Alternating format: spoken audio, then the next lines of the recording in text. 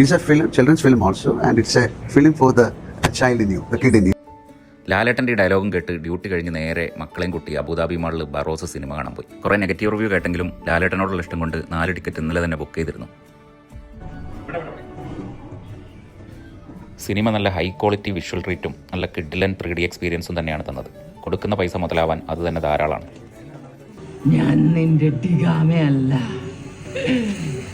എന്നാലും നമ്മൾ നാടുമായിട്ട് ഒരു ബന്ധമില്ലാത്ത കഥയില്ലായ്മയും നാടകം പോലെ നാടകീയമായ ഡയലോഗ്സും ലാലേട്ടൻ തന്നെ പാടിയ പാട്ടും പിന്നെ കുറേ ശിങ്കിടികളും അഭിനയിക്കാൻ പാടുപെടുന്ന ഇംഗ്ലീഷുകാരും ആഫ്രിക്കക്കാരും എസിസ്റ്റോൾ ECG പോലെ ഫ്ലാറ്റായ കഥാസന്ദർഭങ്ങളും കാരണം മുതിർന്നവർക്ക് ഈ സിനിമ വർക്കാവില്ലെന്ന് തോന്നുന്നു. എന്നാൽ കുട്ടികൾക്കോ? ആമിയ സിനിമ എനിക്ക് ഇഷ്ടമായോ? ഇഷ്ടക്കായി പക്ഷെ എന്നാലും ഒരു രസമല്ല.